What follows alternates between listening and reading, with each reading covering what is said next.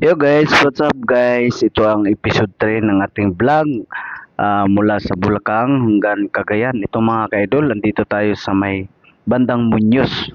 At pagkikita ko dito mga kaidol, hindi pa pala ito Muñoz mga kaidol, sorry po mga kaidol. Dito pa pala tayo sa Talavera. Talavera, sakop pa ito ng Talavera mga kaidol. Yung mga kaidol, dito ako namangha itong bakon na ito. Tingnan nyo mga kaidol, binaliktad niya yung kanyang yung parang kamay, no? O siya lang yung walang taong nag-assist diyan mga idol. Talagang yung kanyang lang, no? Yung driver kung paano niya yung itakdo yung kamay na yan. Tingnan nyo mga kaidol, kung paano ginawa. Panoorin nyo mga kaidol. Ayan. O yun, nag-lock na mga kaidol, oh. O yan ang technique na sa mga veteranong mga driver ng mga bako mga kaidol. At yung mga kaidol, nakita ko dyan yung bako driver dyan mga kaidol, parang bata pa, no? Pero magaling. Magaling siya mga kaidol. Tingnan mo. May knowledge talaga itong driver na ito. Yan ginagawa niya mga kaidol para madali niya ikabig yung buhangin, lupa doon sa gilid. Kasi kung yan mga kaidol, nakaporma yan, mahihirapan siya. Kailangan pa niyang ilapit yung niya. Kaya yan, ikabing na lang niya yan. Tapos itulak. At yan mga kaidol, panoorin nyo. Napakagaling ng bakong ito. Kaya maraming salamat mga kaidol natin sa mga nanood sa ating mga video. Maraming salamat. Napakagaling ito mga kaidol. Ito ay nag-road widening sila dito sa Talavera mga kaidol, dito sa Nueva Ecija. Kita nyo mga kaidol, mabilis lang itong ginawa nila. Itong mga kasi maraming bako ito. Hindi natin alam mga kaidol kung ano yung mga kontraktor dito na gumawa. At andito rin yung mga enforcers na nag-assist sa traffic para maiwasan yung malalaan traffic. Salute po sa mga traffic enforcers sa Talavera, no? Mayroon dyan, no? Nag-assist din. At yun po mga kaidol, sa lahat ng ating mga viewers, patuloy na po yung ating paglalakbay dito sa Talavera. At kung hanggang saan itong video mga kaidol, yung episode 3 natin mga kaidol, at yun po yung gana ng ating video sa episode 3. Kaya siyempre, abangan nyo pa rin ang episode 4 mga kaidol. At huwag kayong makalimot din mga kaidol, mag-follow, mag-like, ang subscribe sa ating YouTube channel, Kuya Adventure Official mga kaidol. Kasi yun na po yung ating bagong channel sa mga kaidol natin.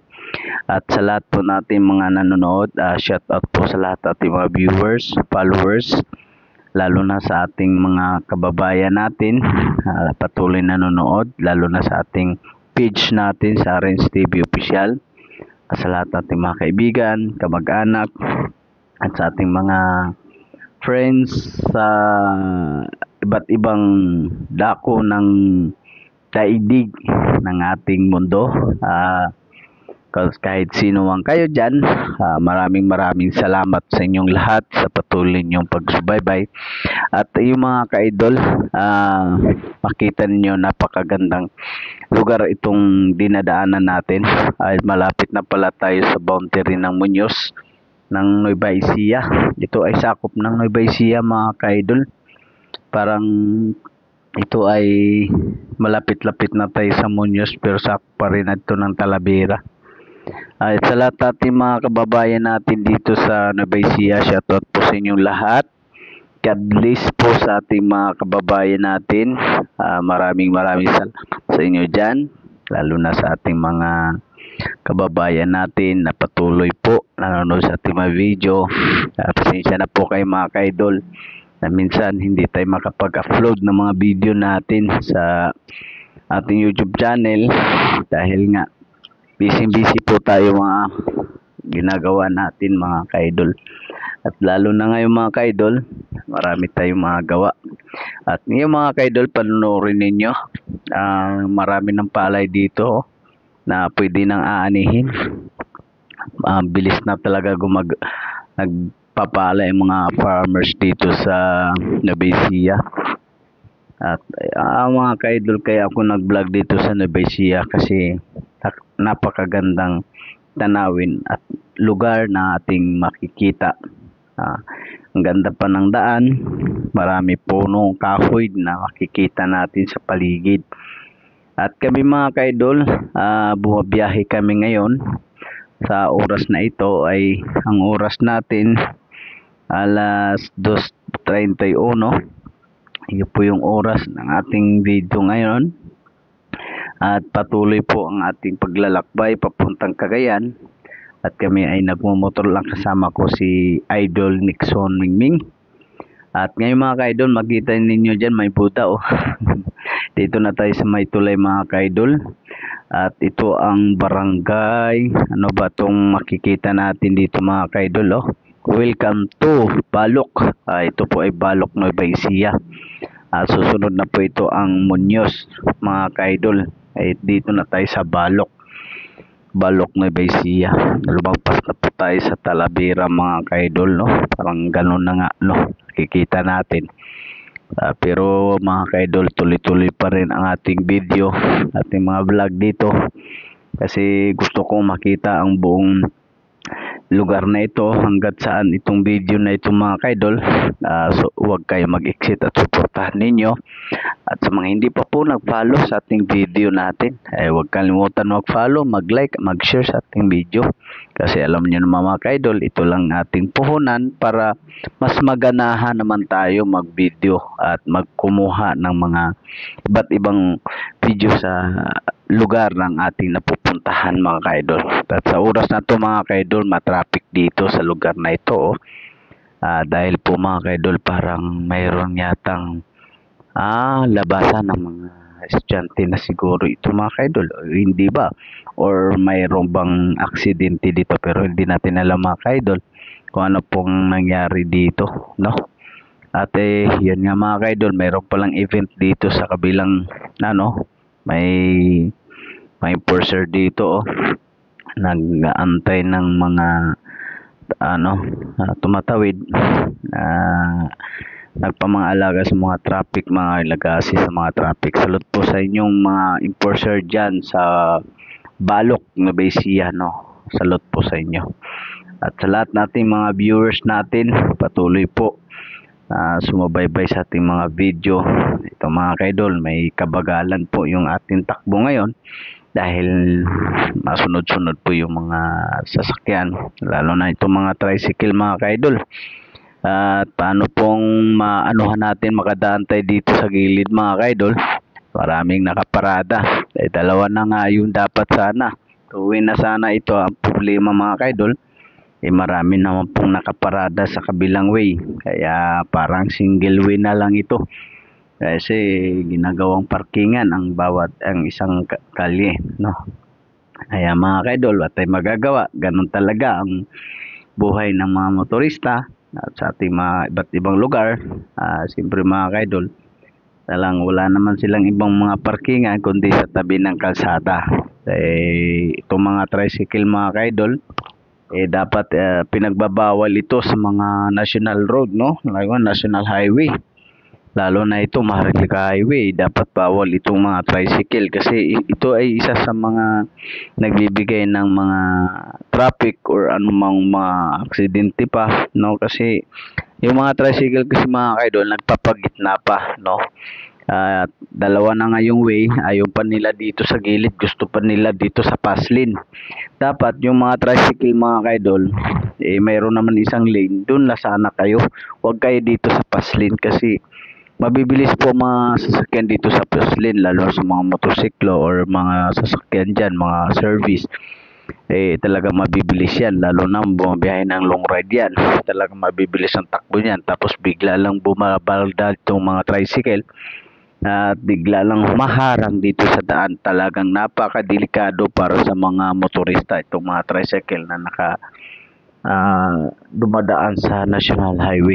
Di ba may batas naman sana mga ka-idol, yung mga tricycle sa national highway dapat hindi yan pinapapasok sa national highway kasi para sa mga barangay road, provincial road lang naman yan ang mga tricycle. Pero dito mga kaidol, sa Nueva Ecija, talagang mga tricycle dito walang patawad at pumapasok talaga sa National Highway. At hindi na-implement ang batas ng mga sasakyan dito sa Nueva Ecija. Kaya nakikita nyo ang mga tricycle kung saan-saan lang dumadaan dito sa National Highway.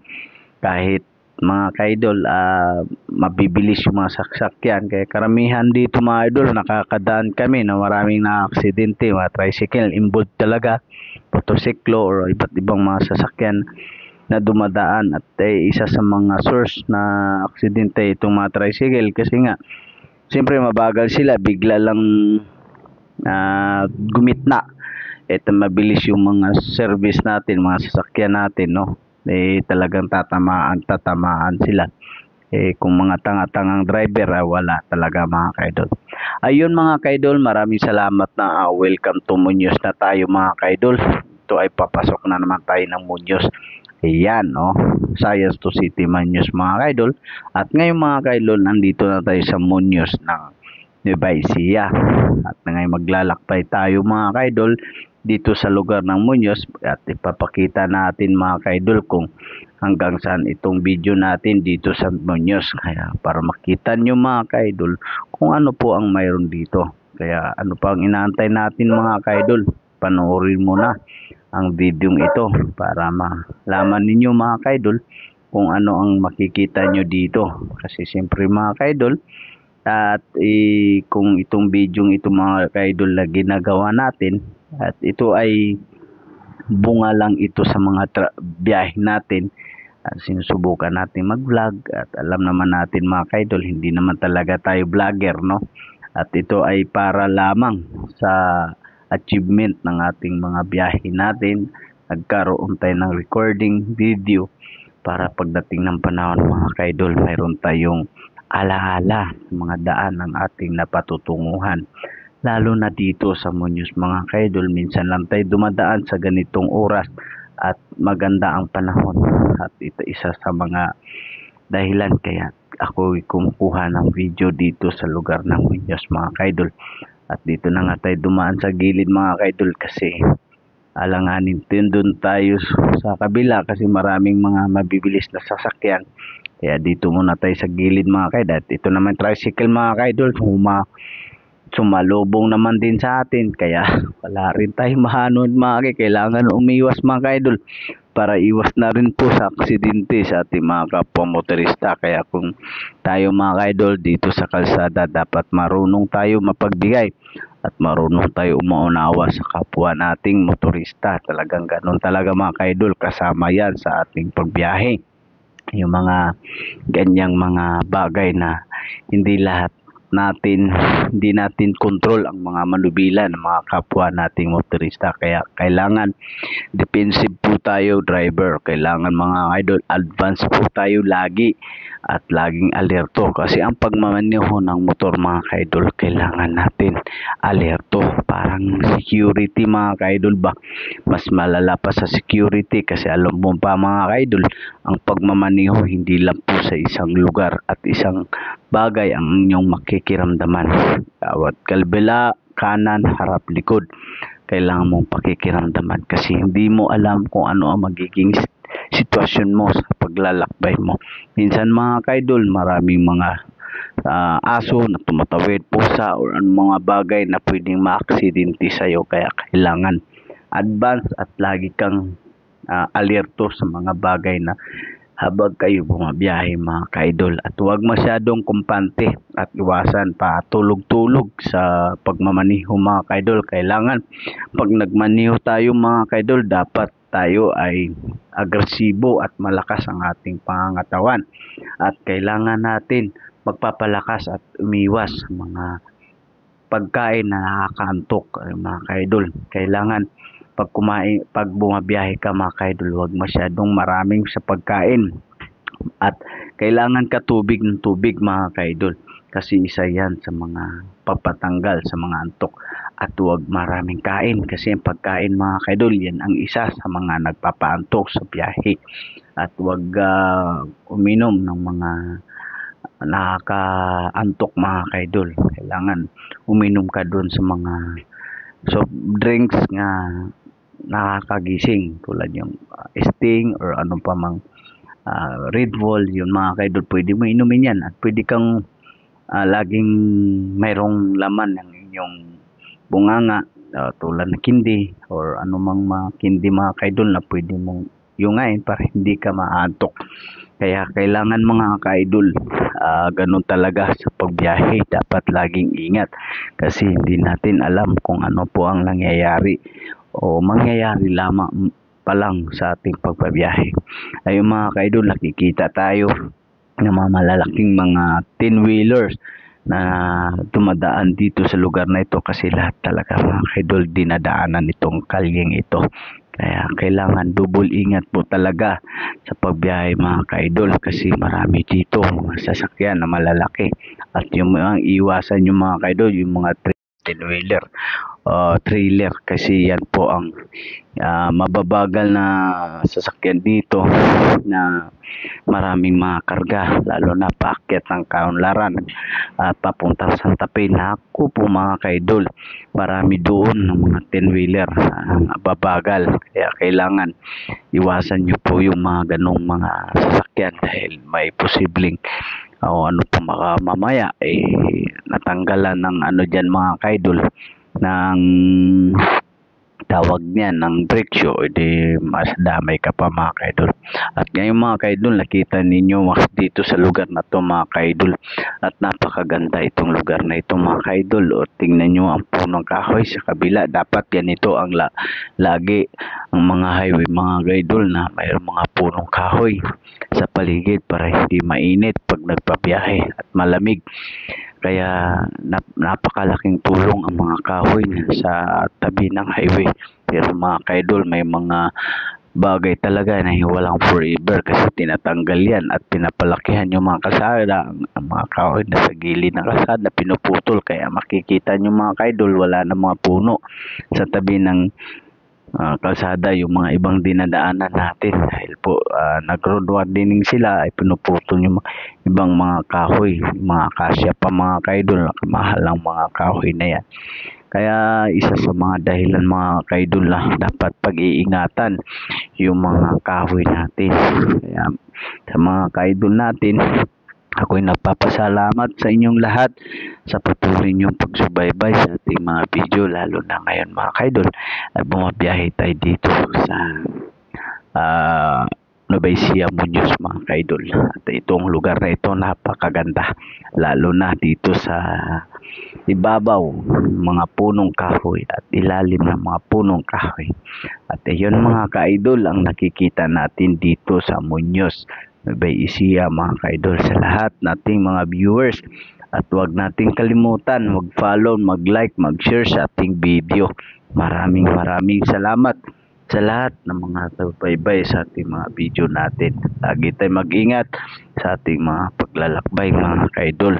At sana po huwag kayo magsasawa na panoorin ang video natin mga kaidol kasi ako nagpa-practice pala na magbablog mga kaidol. Sana ay masuportahan nyo po ako mga kaidol sa mga video na ina-upload ko dito sa aking YouTube channel, Kuya Adventure Official mga kaidol. Alam mo nyo mga kaidol, marami kayong mapapanood dito sa iba't ibang lugar. Minsan mga kaidol, i-comment nyo lang po ang video ito kung mayroon kayong mga video na hindi nagagandahan para sa susunod mga kaidol babaguhin natin ang ating mga video or content kung ano po ang hindi nyo nagugustuhan para makapag-upgrade naman ako mga kaidol. Ito mga kaidol napakaganda dito, kaya sana po mga kaidol supportahan nyo ako at ingatan po ang lahat.